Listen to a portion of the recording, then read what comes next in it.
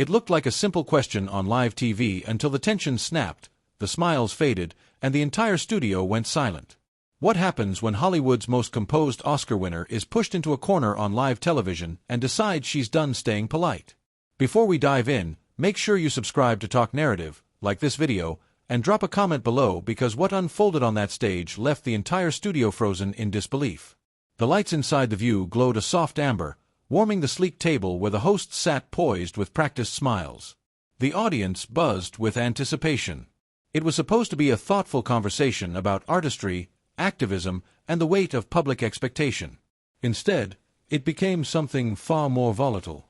When Natalie Portman walked out, she carried herself with that familiar quiet intensity, shoulders straight, chin lifted, eyes observant.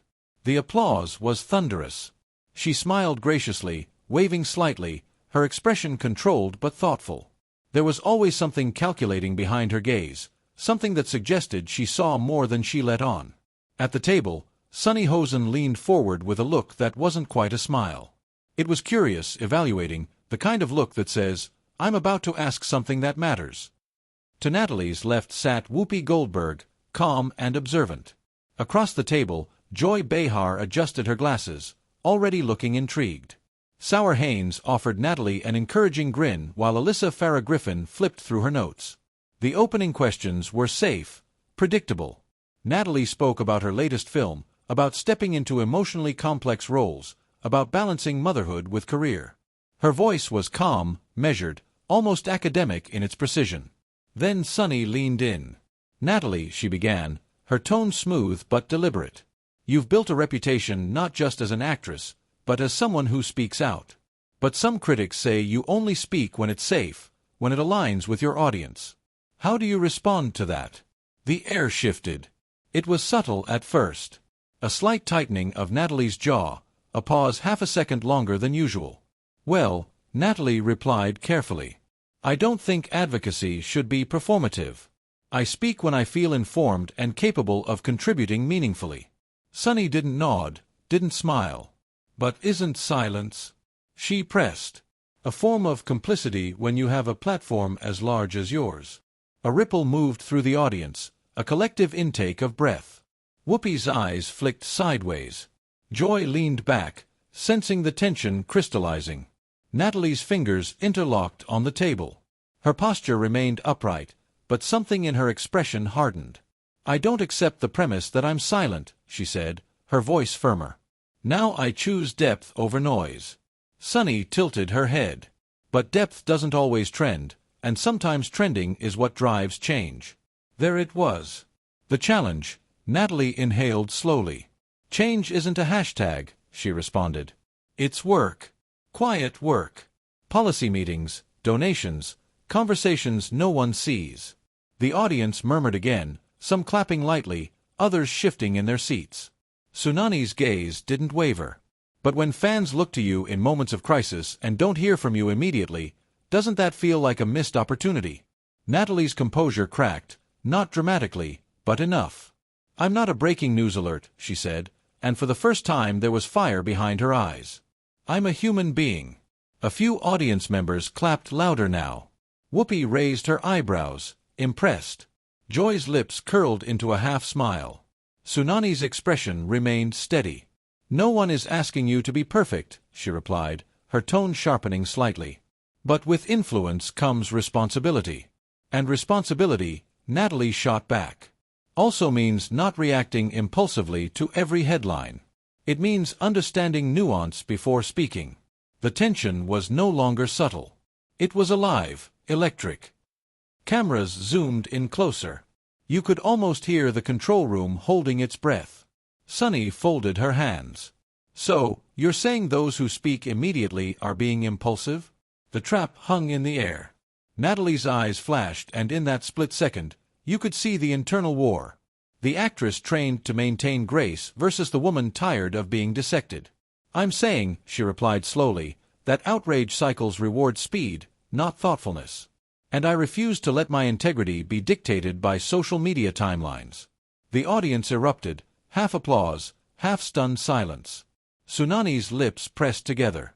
"Integrity," she repeated. Some might argue integrity also means being visibly present for marginalized communities in real time. The word visibly lingered like smoke. Natalie leaned forward now, mirroring Sunany's posture. Visibility without substance is branding, she said. And I won't reduce real suffering to optics. A collective gasp rippled through the studio. Joy interjected lightly, trying to soften the blow. All right, ladies. We're getting into it this morning. But it was too late. The clash had ignited. Sunany's voice dropped a register. No one is asking you to reduce suffering. But when you remain measured while others are emotional, it can feel detached. Detached. The word hit. Natalie's expression shifted from defensive to wounded, but only for a flicker. Measured doesn't mean detached, she said quietly. It means I care enough to get it right. Silence. Even Whoopi seemed momentarily unsure whether to jump in. Sunny held her gaze. And if getting it right takes too long? Natalie didn't hesitate this time. Then I'll take the criticism, she said. Because I'd rather be criticized for caution than celebrated for recklessness. The audience burst into applause. Louder now, more unified. Some stood, but Sunny didn't clap. Instead, she nodded slowly. That's fair, she said, though her eyes suggested the debate was far from over. But I think people want to know where you stand. Clearly, without ambiguity. Natalie's lips parted slightly, as if she were about to deliver something sharper, something less filtered. The camera caught it the moment before the next escalation, and you could feel it, the understanding that this was no longer just an interview. It was a collision between two philosophies, between urgency and restraint, between public demand and private conviction. The lights seemed brighter, the room warmer, and Natalie Portman, usually so composed, looked like she was finally ready to stop choosing her words so carefully. What she said next would push the conversation from tense to explosive. The applause faded, but the energy didn't. It lingered in the air like static before a storm. Natalie didn't lean back this time. She stayed forward, elbows near the table, eyes locked on Sunny. The polite Hollywood cadence was gone. In its place was something sharper. More personal. You want clarity, Natalie said, her voice steady but unmistakably charged. Clarity is uncomfortable. The audience shifted in their seats. Sunny didn't blink. Uncomfortable for who? For everyone, Natalie replied instantly. For the public, for celebrities, for networks. Because clarity means saying something that might cost you. A murmur rippled through the studio. Joy raised her eyebrows. Sar's smile had faded into something more cautious. Sunany's tone cooled. Are you implying this show doesn't welcome that kind of clarity? The question wasn't loud. It didn't need to be. Natalie exhaled through her nose, a faint, controlled breath. I'm implying that outrage is profitable for everyone, including talk shows. There it was. A few audience members gasped audibly. Cameras cut to Whoopi, whose face remained neutral but intent. Alyssa shifted in her chair, glancing at Sunny as if bracing for impact. Sunny's jaw tightened almost imperceptibly. So now we're profiting off outrage, she asked.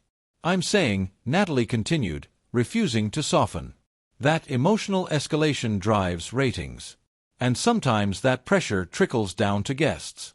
Joy let out a small laugh, half nervous, half incredulous. Trust me, honey. No one forced you to escalate. Natalie turned slightly toward her, nodding. I agree. I'm responsible for my words completely. But let's not pretend this environment isn't designed for confrontation. The audience reacted again. Scattered applause mixed with uneasy silence. Sunny leaned back now, folding her arms. Natalie, you're an Academy Award-winning actress. You've handled tougher rooms than this. Are you saying this feels unfair? That word again. Fair. Natalie's eyes flashed, but her voice lowered. Quieter, more dangerous. I'm saying, she said slowly, that sometimes women are asked to perform empathy publicly in ways men aren't. We asked to cry faster, react louder, speak sooner. The audience clapped harder this time. A wave of affirmation. Sunny nodded once. As a woman of color, she replied, her tone laid with lived experience. I know something about being held to impossible standards. The temperature in the room shifted again. Natalie didn't retreat. "Then you know," she said, "how exhausting it is to be expected to represent everyone." A hush fell over the audience. Sunny's eyes sharpened.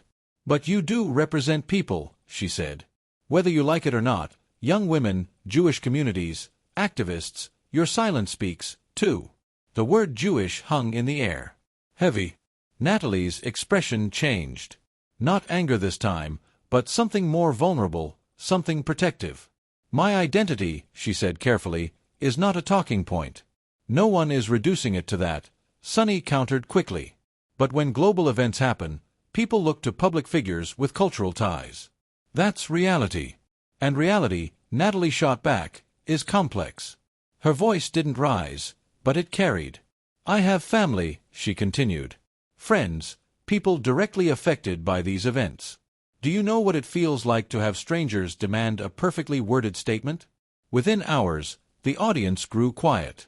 Even joy stopped shifting. Sunani's voice softened, but it didn't back down. "I'm not demanding perfection. I'm asking about presence." Natalie's fingers pressed against the table. "Presence doesn't always mean posting." "But it can," Sunny replied. The back and forth was no longer theoretical. It was personal. Whoopi finally stepped in. Her voice measured. "Ladies, we're walking a tight trope here. Let's remember, we're all trying to navigate the same world." But Natalie wasn't finished. "With respect," she said, glancing at Whoopi, "the world doesn't need more noise. It needs thought." Sunny leaned forward again, matching her intensity, and sometimes thought without action feels hollow. The audience erupted into mixed reactions, applause clashing with uneasy murmurs. Natalie's composure cracked just a fraction more. "You think I don't act?" she asked, incredulous. "Because I don't tweet every time you expect me to." "I didn't say tweet," Sunny replied, calm but firm. "I said speak. And what if speaking too soon misrepresents people I care about?" Natalie pressed. "What if it simplifies something that deserves depth?" Sun's voice grew more pointed. "Or what if waiting protects your brand?" The word brand hit like a slap. Natalie's eyes widened, not in shock, but in disbelief. "My brand," she repeated. "Yes," Sunny said. "You're careful, calculated. That's part of your image." The audience reacted sharply, some gasping, others clapping nervously. Natalie leaned back for the first time since the clash began. She stared at Sunny for a long second, as if deciding how far she was willing to go. "You think I calculate my morality?" she asked quietly. "I think," Sunny said, choosing her words with precision that public figures often do. The silence that followed was suffocating. Natalie's lips parted, then pressed together. For a brief moment, she looked almost wounded. Not defensive, not angry. Hurt. "I was 12 when my life became public," she said softly. "Do you know what that does to a person to have every word dissected for decades?" No one interrupted. "You learn to be careful," she continued. "Not because you're cold, not because you're calculating, but because you understand the cost of being misunderstood." The audience began to clap, slow at first, then stronger. Sunny listened, her expression no longer combative, but thoughtful. "But the cost," Sunny said gently, "of being silent can be misunderstanding, too." Natalie nodded slightly, "And I accept that risk." There was something final in the way she said it. Joy exhaled dramatically. "Well, this is certainly more intense than our usual Monday." A few nervous laughs broke through the tension, but the undercurrent remained. Sunny wasn't done. "So, let me ask you plainly," she said. "Right now, on this stage, where do you stand?" The question landed like a spotlight. The audience leaned in. Even the camera seemed to move closer. Natalie's heartbeat felt visible in her throat. She could feel the weight of every eye in the room, every viewer at home, every headline that might be written tomorrow. She swallowed. "I stand." She began, her voice steady but charged with emotion. "For human dignity, for compassion, for solutions that don't reduce people to slogans." Sunni's eyes searched hers, and specifically the pressure mounted again. Natalie inhaled long, deliberate, and this time when she spoke, there was no careful detachment left, only conviction. What she said next didn't just answer Sunny. It ignited the room.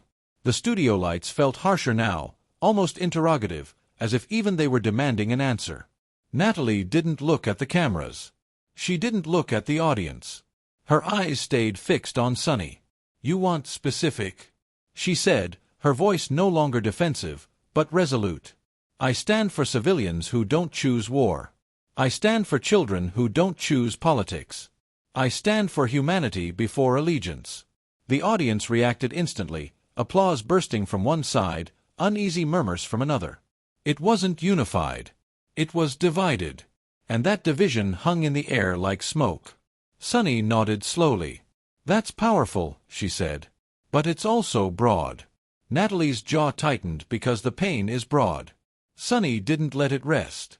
But when communities feel attacked or abandoned, they are not asking for poetry. They are asking for solidarity. There it was again, the implication. Natalie leaned forward once more. "Solidarity shouldn't require public performance," she replied. "It shouldn't be measured in how quickly someone posts a statement." And yet, Sunny counted, her tone sharpening. Public silence can feel like private indifference. The audience shifted again, the temperature rising with every exchange. Whoopi's voice cut in gently. "Let's make sure we're not putting words in each other's mouths." But Natalie shook her head slightly. "No, it's okay," she said. "I understand what she's asking." She turned back to Sunny, eyes bright now, not with anger, but with intensity. "You're asking if I've been loud enough," Natalie said. "If I've been clear enough. If I've been brave enough." Sunny held her gaze. "I'm asking if you've been present enough." The words echoed. Natalie's composure fractured, not explosively, but emotionally. "You don't know what I've done," she said, her voice trembling just slightly. "You don't know the calls I've made, the funds I've helped raise, the private meetings I've sat in." Sunny didn't interrupt. "You don't know the nights I've stayed awake, terrified for people I love," Natalie continued. "And you're asking me to summarize that in a sentence that fits between commercial breaks." A hush fell over the audience. Joy shifted uncomfortably. Sauer looked down at her notes, then back up, unsure whether to jump in. Sunani's expression softened, but her posture stayed firm. "No one doubts your private efforts," she said. "But public figures shape public discourse." "And public discourse," Natalie replied, her voice regaining strength, "has become a battlefield of extremes." The word battlefield lingered heavily. Sunny leaned in. "So, what's the alternative?" Natalie didn't hesitate this time. "The alternative is refusing to be forced into binaries," she said. "Refusing to declare loyalty in ways that erase nuance." A few audience members clapped, hesitant, but supportive. Sunny tilted her head. "Nuance doesn't always comfort people who are hurting. Uncertainty doesn't always heal them." Natalie shot back. The tension spiked again. Whoopi finally raised her hand slightly. "Okay, let's slow this down because what I'm hearing is two different ideas of responsibility," but the moment had already tipped. Sunani's voice lowered, not louder, not angrier, just more direct. "Natalie, do you understand why some feel that when you don't explicitly name one side, it feels like avoidance?" There it was, the line in the sand. Natalie's eyes flickered, not away, but inward. You could almost see the calculation, the emotional inventory happening behind them. "I understand that pain wants certainty," she said carefully. "But I refuse to weaponize my identity for applause." A sharp intake of breath moved through the audience. Sunani's brows lifted slightly. "Weaponize?" "Yes," Natalie said firmly. "Now, when I'm asked to speak as a symbol instead of a person," Joy interjected gently. "But sometimes symbols matter." "They do," Natalie agreed instantly. "But they are also flattened, simplified, turned into headlines." The control room cameras zoomed in tighter. This was no longer a debate. It was a moment. Sun's voice dropped further. "So, you're saying you won't take a clear public stance?" Natalie didn't flinch. "I'm saying my stance is for human life over political slogans," she replied. "And if that disappoints people who want something more dramatic, I can live with that." The audience split again, applause clashing with murmurs of disapproval. Sun's tone sharpened just a fraction. Some would argue that refusing to name aggressors protects them. The air seemed to vanish from the room. Natalie froze, not physically, but emotionally. The accusation wasn't shouted. It didn't need to be. Her eyes locked onto Sunany's, unblinking. "That's a serious claim," Natalie said slowly. "I'm asking a question," Sunny replied. "And I'm answering it," Natalie said, her voice steady but now edged with steel. "I don't protect violence ever. But I also won't reduce a complex crisis into a sentence that fits a cron." The audience erupted louder this time, tension cracking into audible reaction. Whoopi leaned forward. "All right, let's breathe." But Natalie wasn't retreating now. "You asked where I stand," she said, turning back to Sunny. "I stand against the dehumanization of anyone. I stand against narratives that demand total allegiance without room for grief." Sunani's lips pressed together. "And what about accountability?" "Accountability belongs to governments," Natalie replied instantly. "Not actors." The audience gasped again, this time more shocked than divided. Sunny leaned back, eyebrows raised. "Influence is power, and power," Natalie said, her voice unwavering, "isn't always wisdom." The words landed like a thunderclap. There was a split second where no one moved. No one spoke. Even the audience seemed unsure whether to clap. Joy broke the silence with a nervous laugh. "Well, this is certainly not the light-hearted interview we planned." A few scattered chuckles followed, but the tension didn't dissipate. Sunny looked at Natalie differently now. Not combative, not defensive. Assessing. "So, you're comfortable?" Sunny asked quietly. "With people feeling disappointed?" Natalie's shoulders squared. "I've lived with criticism since I was a teenager," she said. "Disappointment doesn't scare me. Dishonesty does." The audience clapped again, more unified this time. Sunny nodded slowly. "I respect that." But there was still something unresolved hanging between them. Something deeper than policy or public statements.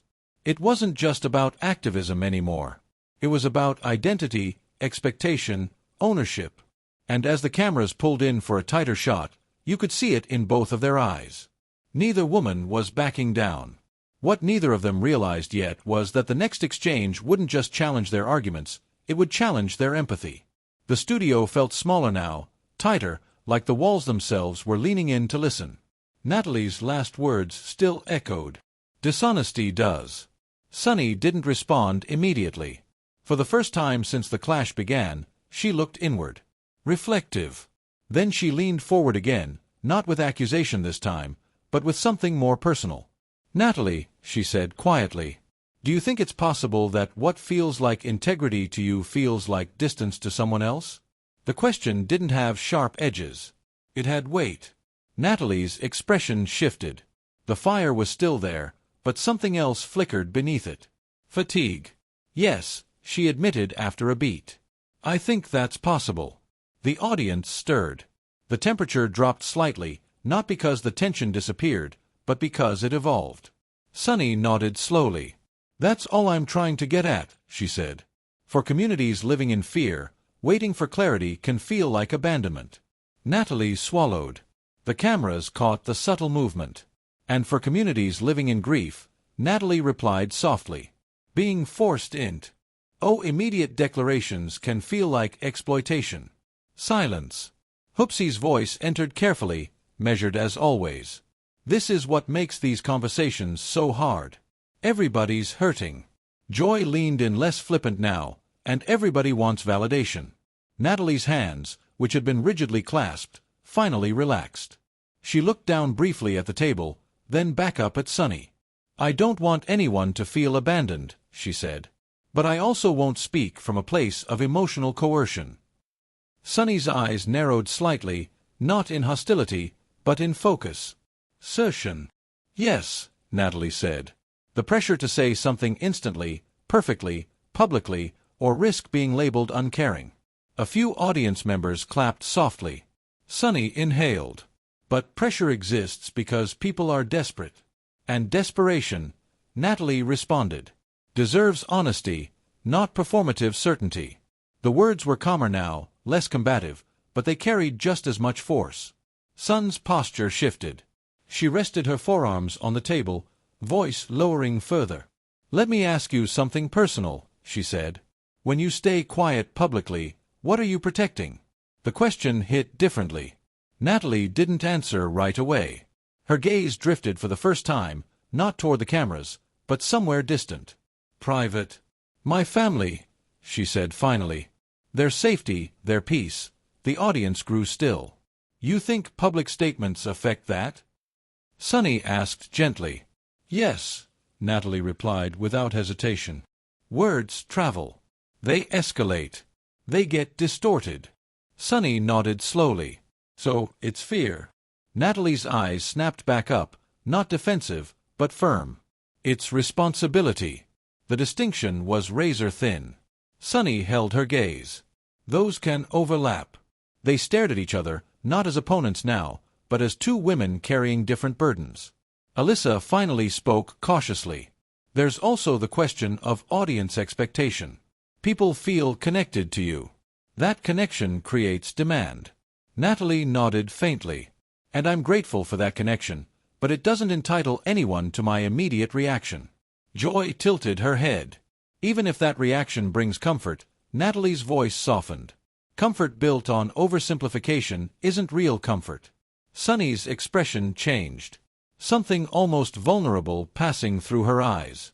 "When you say that," Sunny said slowly, "it sounds like you're suggesting people who speak clearly are oversimplifying." "I'm not," Natalie replied quickly. "I'm saying I refuse to compress something lay into a slogan." The tension rose again, not explosive, but fragile. Sunny leaned back slightly, but television compresses everything. "That's the format." "And that," Natalie said quietly, "is part of the problem." A murmur ran through the audience. Whoopi exhaled slowly. "Okay," she said, voice steady. "Let's ground this. Natalie, if someone watching right now feels unseen by your silence, what do you say to them?" The question shifted the entire energy of the room. Natalie didn't hesitate this time. "I say, I see you," she said, her voice thick but controlled. "I may not always articulate it on your timeline, but that doesn't mean I don't care deeply." Sunny stuttered her face carefully. "And if they want more than that?" Sunny asked. Natalie's jaw tightened slightly. "Then I hope they'll judge me by my actions over time," she replied. "Not by how loudly I react in one moment." The audience applauded, more unified now, though not thunderous. Sunny nodded once. "That's fair." But the pause that followed wasn't relief. It was something unresolved, something hanging between acknowledgement and disagreement. Sunny leaned forward one final time. "Just understand," she said quietly, "that when public figures don't name things directly, it can feel like neutrality." Natalie's eyes sharpened, and neutrality, she said, is not the same as nuance. The audience reacted, not explosively, but audibly. Sunani's lips pressed together. "Sometimes it looks the same, and sometimes," Natalie replied, voice steady and unflinching. "It's mistaken because we've grown uncomfortable with complexity."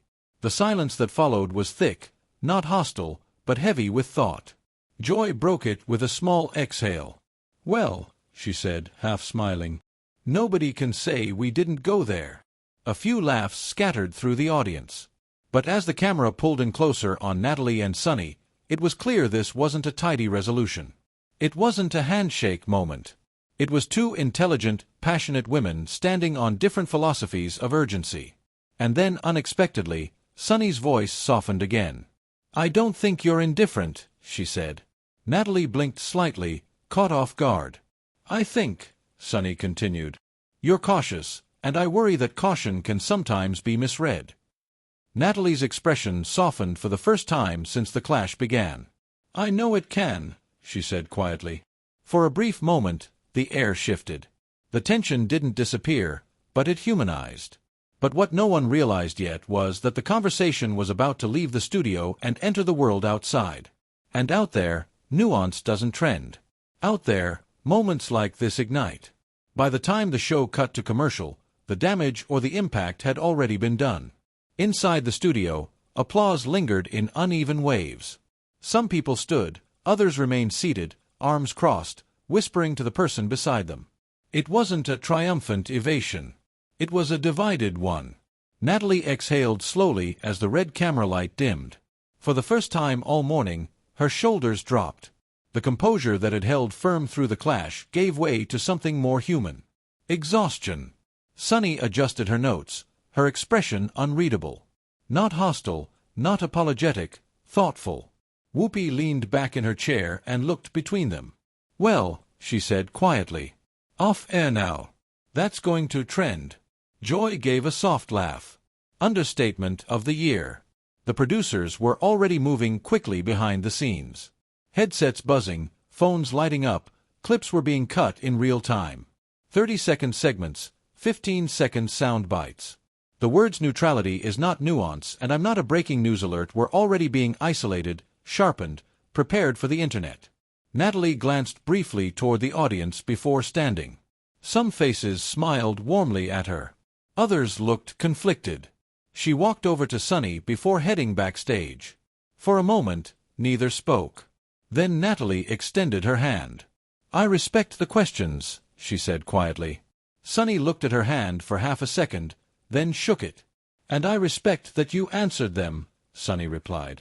It wasn't reconciliation. It was acknowledgement. Backstage, the hum of controlled chaos intensified. Natalie's publicist was already scrolling through a phone, jaw tight. "It's blowing up," the publicist muttered. "Clips are everywhere." Natalie didn't respond immediately. She could feel it without looking. The invisible shift that happens when a conversation leaves the room and becomes a narrative. Within minutes, headlines began to form. Fiery showdown on live TV. Natalie pushes back. Did she avoid the question? Social media fractured into camps almost instantly. Some praised her composure, calling her thoughtful, measured, courageous, for refusing to simplify. Others accused her of dodging, of hiding behind intellectual language instead of taking a definitive stance. The clip of Sunny saying, "Sometimes it looks the same," looped repeatedly. So did Natalie's response, "Neutrality is not the same as nuance." Context evaporated. Nuance flattened. Inside the studio, the hosts returned from commercial with smiles carefully reconstructed. The conversation moved on to lighter topics, but the atmosphere never fully reset. There was a lingering awareness that something significant had happened, not because voices were raised, but because ideologies had collided without resolution. Sunny remained composed, but quieter. Whoopi steered the remaining segments with steady hands. Joy threw in humor, but even her jokes carried a faint echo of the early attention. Meanwhile, Natalie sat backstage in silence, staring at her phone as notifications multiplied faster than she could read them. She didn't regret what she said, but she felt the weight of it. Not because she'd been shouted down, not because she'd lost control, but because she knew in this era being measured can be as polarizing as being extreme. Her publicist looked up. "There are already op-eds drafting both sides." Natalie nodded faintly. "Of course there are." Hours later, the full segment aired across digital platforms. Think pieces dissected body language. Commentators debated whether Sunny had pushed too hard or whether Natalie had sidestepped accountability. Clips were trimmed into 10-second fragments. Sharp, declarative, stripped of the pauses that gave them meaning. In one viral post, Natalie's line about refusing to weaponize her identity was celebrated as bold and necessary. In another, it was criticized as evasive. The truth leered, uncomfortable, unresolved, sat somewhere in between. That evening, Sunny addressed the moment briefly on her social feed. She wrote about the importance of asking difficult questions and creating space for dialogue, even when it's tense. Natalie chose a different route.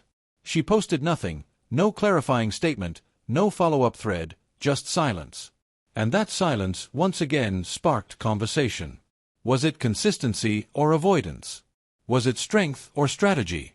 Back in the studio, producers replayed the exchange, studying it the way analysts review a pivotal play. They knew it would boost ratings. They also knew it would invite scrutiny because what had happened wasn't a meltdown. It wasn't scandal. It was something more unsettling. Two intelligent women confronting each other's philosophies in real time without collapsing into caricature. Days later, the debate hadn't faded. Universities clipped the segment for classroom discussion.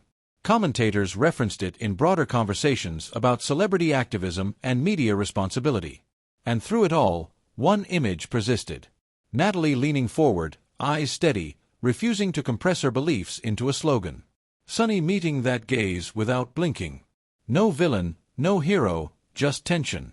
And maybe that was the most uncomfortable outcome of all, because audiences are used to resolution. They crave a winner. But what they witnessed instead was friction without surrender. A clash not of personalities but of expectations. And now we want to hear from you. Was Natalie right to resist immediate clarity? Or did Sunny raise necessary questions about responsibility and visibility? Did nuance win or did it hide? Drop your thoughts in the comments below. We read them all. And if you want more explosive emotional stories that take you inside the moments everyone else only headlines, make sure you subscribe to Talk Narrative, like this video, and turn on notifications because the next on-air collision is always closer than it seems.